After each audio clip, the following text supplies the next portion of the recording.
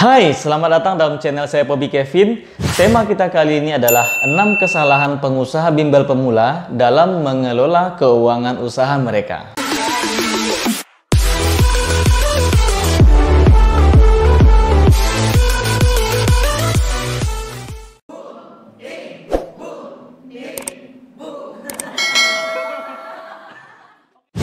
Teman-teman, banyak yang mengatakan bahwa dalam bisnis itu yang paling penting adalah marketing. Saya sering mengumpamakan kepada karyawan-karyawan ketika briefing bahwa benar, marketing adalah ujung tombak perusahaan. Tapi keuangan adalah batang tombak itu sendiri.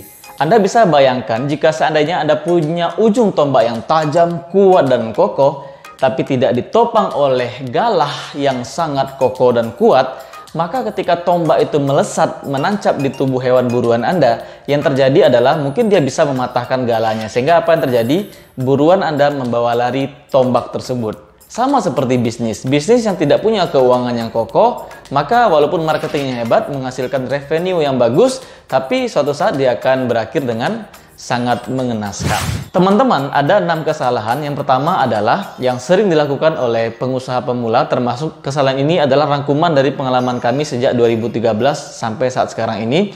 Yang pertama adalah tidak punya laporan keuangan. Ini kesalahan pertama. Rata-rata apapun bisnisnya, mereka lupa membuat laporan keuangan. Padahal laporan keuangan itu tidak sulit, minimal ada uang masuk, uang keluar, ada saldo. Tapi setidak-tidaknya dalam sebuah bisnis, selengkap-lengkapnya, sebaik-baiknya adalah punya 4 laporan keuangan. Ada neraca, gunanya untuk mengukur value atau nilai bisnis Anda dari tahun ke tahun, sehingga nanti kalau Anda ingin mencari investasi atau Anda ingin menjual bisnis Anda, itu terukur jelas angkanya. Yang kedua yaitunya laba rugi, agar mengetahui seberapa besar laba yang bisa dibagi atau berapa rugi yang harus ditanggung. Yang ketiga ada cash flow. Cash flow ini adalah aliran kas. Ini tujuannya untuk mengetahui apakah kita masih punya cash atau tidak. Nah, kalau tidak punya cash, apa keputusan yang tepat yang harus diambil oleh business owner atau business manager. Yang keempat yaitunya jurnal harian. Jurnal harian sebagai konfirmasi data terkecil ketika Anda pengen mengetahui lebih pasti angka-angka yang tertera dalam laporan keuangan yang 3 sebelumnya.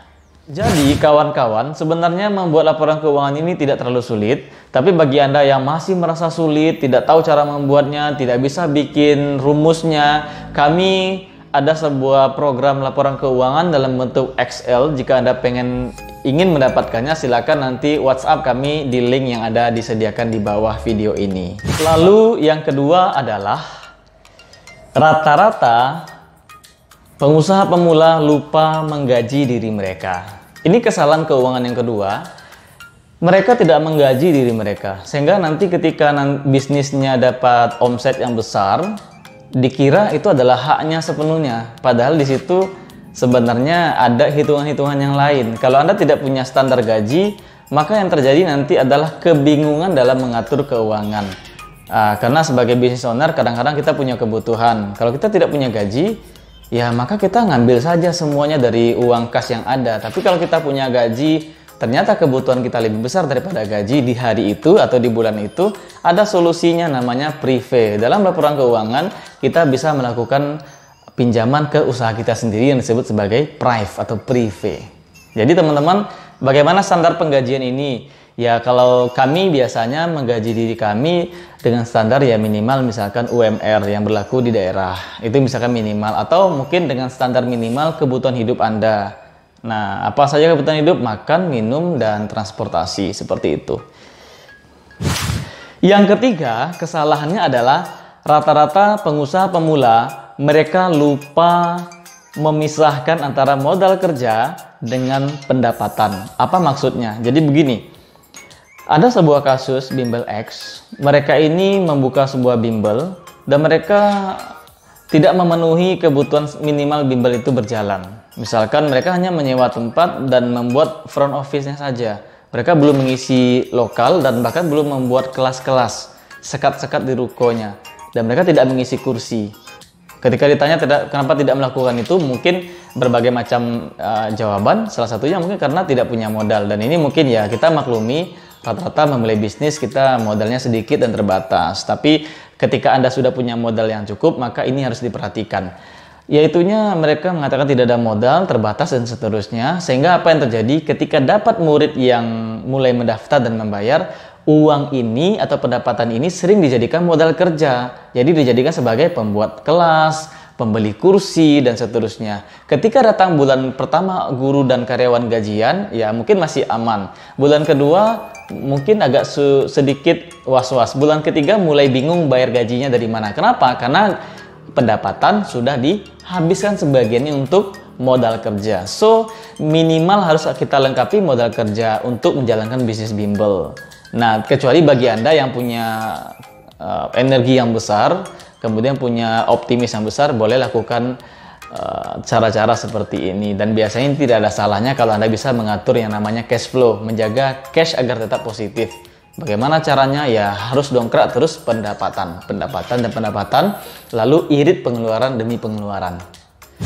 Yang keempat, kesalahan yang rata-rata dilakukan business owner pemula adalah mereka tidak menyiapkan cadangan dana untuk operasional 1 tahun minimal. Apa itu operasional 1 tahun?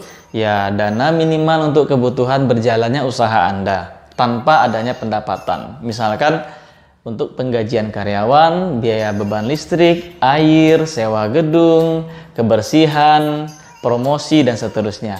Jadi minimal itu harus penuhi kalau Anda pengen menjalankan bisnis. Bagaimana menghitung modal awal bisnis bimbel ini? Bagi yang mau silakan bisa konsultasi gratis dengan saya di nomor WhatsApp yang sudah ada di link di YouTube ini.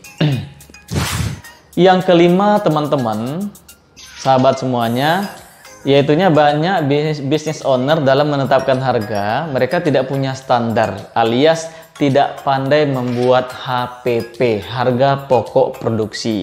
Bagi kalian yang pengen tahu bagaimana cara menyusun HPP, tinggal searching saja di Google, itu banyak sekali. HPP itu adalah komponen biaya pokok yang dibutuhkan oleh sebuah perusahaan untuk memproduksi sebuah produk atau jasa. Nah, ini standar minimal. Dalam HPP juga ada selipin keuntungan atau biaya emergensi dan sebagainya. Sehingga bimbel dengan target market yang dengan target siswa 50, 30, 60 itu berbeda harganya. Jangan samakan ketika kapasitas ruangan Anda atau kelas Anda hanya 60 orang, lalu kemudian orang lain kapasitas ruangannya 500 orang, orang tua harganya 1 juta per semester, Anda bikin 1 juta per semester, Anda bisa gagal gitu. Anda bisa lebih tutup cepat gitu, karena tidak sesuai HPP-nya. Oleh karena itu, Anda harus bisa menghitung HPP sendiri. Bagi yang pengen punya HPP gratis, klik sekali lagi WA saya di bawah ini. Yang keenam atau yang terakhir adalah boros padahal tidak penting. Prinsip keuangan yang paling dasar adalah jika pengen untung maka perbanyak pendapatan, perkecil pengeluaran, sama dengan margin atau keuntungan. Jadi kalau Anda pengen bisnis Anda untung, ya Anda harus menjaga atau menghemat yang namanya pengeluaran. Kalau bisa tagihan harus lancar, dan kalau bisa cicilan kalau bisa ditunda, dan kalau bisa tidak ada cicilan sama sekali, seperti itu. Boros padahal tidak penting sering dilakukan oleh pengusaha pemula, seperti yang kami lakukan dahulunya, yaitunya misalkan kita ketika dapat siswa yang banyak, wah tiba-tiba kita ajak misalkan, ya ini tidak ada salahnya, tapi tidak boleh terlalu boros. Kita ajak misalkan semua guru karyawan makan-makan, setiap minggunya makan-makan. Kami ini berpikir sebagai bentuk rasa syukur, tapi ya terus bersyukurnya jangan tiap minggu juga gitu ya. Harusnya mungkin bisa Anda atur 1 kali 1 bulan gitu dan seterusnya. Jadi boros pada hal-hal yang tidak penting ini sering mengakibatkan kita tidak terasa ternyata di akhir semester kita ya ternyata keuntungannya jadi tipis gitu. Ya, jadi apa sih ruginya kalau untungnya tipis gitu? Apa sih ruginya kalau untungnya tipis? Bingung ya. Jadi apa sih efeknya kalau keuntungan menipis? Ya, kalau keuntungan menipis ya efeknya nafas kita makin pendek dalam menjalankan bisnis. Tapi kalau untungnya tebal, ya keuntungannya karyawan tetap bisa bekerja sepanjang tahun, bahkan lebih lama lagi. Dan ya kalau soal makan-makan itu bisa Anda selebrasikan nanti di hari-hari lain atau di kesempatan lain yang mungkin keuangan usaha Anda sudah sangat bagus. Baiklah teman-teman, kita sudah selesai menjelaskan tentang 6 kesalahan umum yang dilakukan oleh pengusaha pemula kursus atau bimbel dalam bidang keuangan. Semoga video ini bermanfaat dan jangan lupa klik like ya jika Anda suka, dislike jika Anda tidak suka, share jika Anda pengen orang lain mendapatkan manfaat yang sama, dan mohon di subscribe karena subscribe itu gratis. Dan doanya, Assalamualaikum warahmatullahi wabarakatuh.